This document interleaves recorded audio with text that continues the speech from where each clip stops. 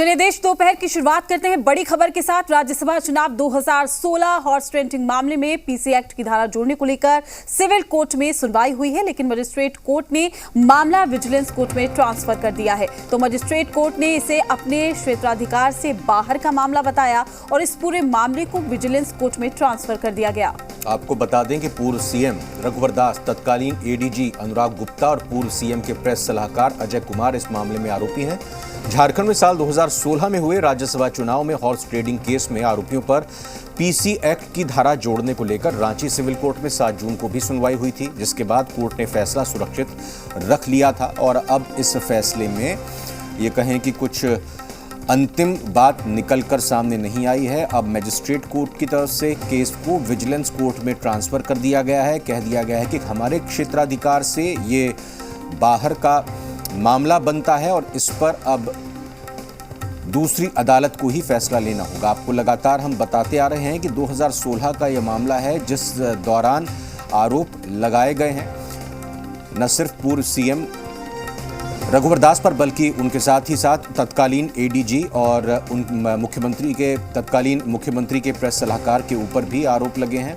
और इसी वजह से ये लगातार मामला चल रहा था और इस दौरान पिछले दिनों सोमवार को भी सुनवाई हुई थी। माना जा रहा था कि फैसला आएगा, लेकिन फिर ये मामला गुरुवार तक टाला गया। अब आज जब सुनवाई हुई तो मजिस्ट्रेट कोर्ट की तरफ से कह दिया गया कि हमारे क्षेत्राधिकार से बाहर का ये मामला है।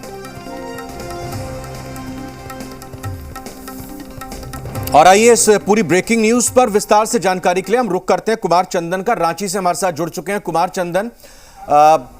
ये तो अनुमान लगाया जा रहा था कि कुछ फैसला आएगा, ये तो कह दिया गया कि क्षेत्राधिकार से बाहर का मामला है। थोड़ा बताइए आज क्या दलील दी गई इस संबंध में अदालत की तरफ से और दोनों पक्षों के वकील क्या प्रतिक्रिया दे रहे हैं?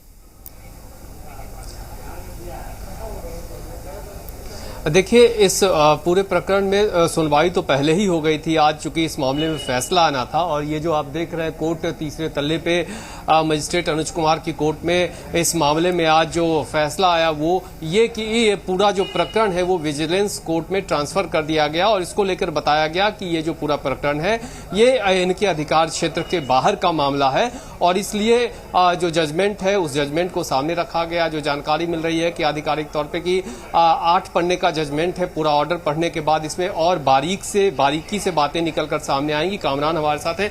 कामरान, जो सतही तौर पे अगर लोग जानना चाहें तो क्या लगा? देखिए, बिल्कुल इंतजार था इस बात का, क्योंकि कोर्ट ने पिछली तारीख को फैसला सुरक्षित रख लिया था और ये उम्मीद जताई जा रही थी कि आज मामले को लेकर फैसला आ जाएगा कि मामले में पीसी एक्ट जुड़ता है या नहीं। लेकिन कोर्ट ने पूरे मामले को विजिलेंस कोर्ट को ट्रांसफर कर दिया है और जैसा कि आप जिक्र कर रहे थे कि 8 पेज का ऑर्डर शीट है, उस 8 पेज के ऑर्डर शीट में कहीं पर भी इस बात का जिक्र नहीं है कि पीसी एक्ट जोड़ा जाएगा या नहीं जोड़ा जाएगा, यानी अब पूरा मामला विजिलेंस कोर्ट को ट्रांसफर कर दिया गया। हमारे साथ वरिष्ठ अधिवक्ता संजय विद्रोही जी हैं। संजय जी, पूरे प्रकरण को आप किस रूप में देखते हैं?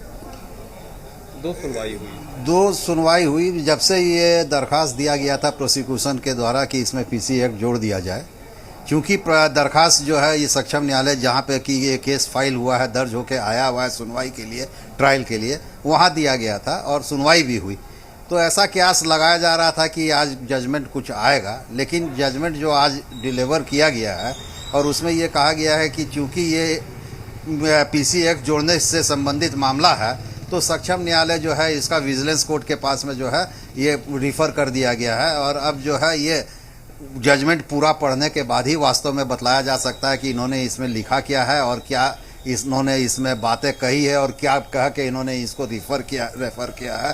तो जरूर कोई ना कोई माने इसमें जजमेंट के माने इसमें जो है ऐसी बात होगी जिससे कि सक्षम अभी जो वर्तमान न्यायालय है इनको लगा होगा कि नहीं, इसका डिलीवर जो है वो विजिलेंस कोर्ट के जो इसका क्षेत्राधिकार पड़ता है वो। मैं कुमार चंदन इस केस से इतर एक सामान्य तौर पर यह समझना चाहूंगा वरिष्ठ वकील साहब से कि मजिस्ट्रेट कोर्ट और विजिलेंस कोर्ट के क्षेत्राधिकार की जो बात हो रही है या जो बात है उसमें क्या फर्क होता है? थोड़ा लोगों को समझाइए कि मजिस्ट्रेट कोर्ट और विजिलेंस कोर्ट दोनों में फर्क क्या होता है? मजिस्ट्रेट कोर्ट जो हुआ वो जैसे कि जो जिसमें कि सज़ा हमारा जो होता है वो 7 साल से नीचे जिसमें रहता है वो मजिस्ट्रेट कोर्ट में, जैसे हमारा आईपीसी में कई सेक्शंस ऐसे हैं जिसमें कि डिफाइंड किया हुआ है कि कि it will be tribal bye judicial magistrate first class, judicial magistrate और ट्राइबल बाय सेशन कोर्ट। तो आप देखिएगा कि जितने मुकदमे आते हैं पहले जाते हैं जुडिशियल मजिस्ट्रेट के पास में, लेकिन फिर जब वहाँ पे लगता है कि इसमें वैसे सेक्शंस जुड़े हुए हैं जो कि ट्राइबल बाय सेशन कोर्ट है, तो वो भेज दिया जाता है सेशन कोर्ट में। लेकिन जहाँ तक विजिलेंस कोर्ट की बात होती है कि विजिलेंस कोर्ट में पहले ही से ही मुकदमे जो है विजिलेंस थाना में दर्ज किया जाता है, चाहे उसमें अगर पीसी एक्ट लगा हुआ हो कहीं पे भी, तो वो विजिलेंस कोर्ट में ही बने वो ट्रांसफर होके पहले ही वहीं चल जाता है, सीधे आता है, वो मजिस्ट्रेट कोर्ट में नहीं जाता है। इसलिए इसमें जो सक्षम न्यायालय जहां तक बोला जाएगा तो उसकी जो सुनवाई है पीसी एक्ट की सुनवाई के लिए स्पेशल कोर्ट बना हुआ है, जिसको कि हम लोग माने कि वहीं पे इसकी सुनवाई होगी। और ऐसे भी नहीं कि हर सेशन कोर्ट में इसकी सुनवाई होगी, है सेशन कोर्ट में ही उनका समतुल्य रहता है, लेकिन किसी पावर डिडक्ट माने पावर दिया हुआ है किसी विशेष न्यायालय को जो कि विजिलेंस कोर्ट का कार्य करता है, जिसमें कि विजिलेंस से संबंधित जो मुकदमे आते हैं उसको निष्पादित करने का काम किया जाता है। इसलिए इसको विजिलेंस जी बिल्कुल बिल्कुल। मामले में अब क्या होगा, इस मामले में अब क्या होगा? जो पीसी एक्ट जुड़ना था मजिस्ट्रेट कोर्ट ने इसे मजिस्ट्रेट कोर्ट ने इसे विजिलेंस कोर्ट में ट्रांसफर तो कर दिया, अब क्या होगा? अब क्या है कि जो जजमेंट डिलीवर किया गया है वो जजमेंट पढ़ने के बाद मालूम होगा। और मेरे हिसाब से विजिलेंस कोर्ट में जब ये मुकदमा जाएगा, ये दरखास्त जाएगा, ये आवेदन जाएगा, तो वहाँ पुनः सुनवाई होना चाहिए और सुनवाई के उपरांत जो वहाँ के न्यायाधीश होंगे वो उस पर कार्रवाई जी करेंगे। कुमार चंद्र, बिल्कुल वकील साहब की इसी बात से मैं धन्यवाद देना चाहूंगा आपका और वरिष्ठ वकील का भी, जो पूरे विस्तार से बारीकी से उन्होंने इस संबंध में जानकारी दी। लेकिन बड़ी बात यही है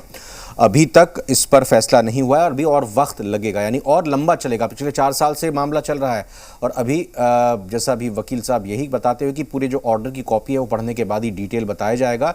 लेकिन अपने तजुर्बे के हिसाब से उन्होंने बताया कि इस पूरे मामले में फिर से सुनवाई भी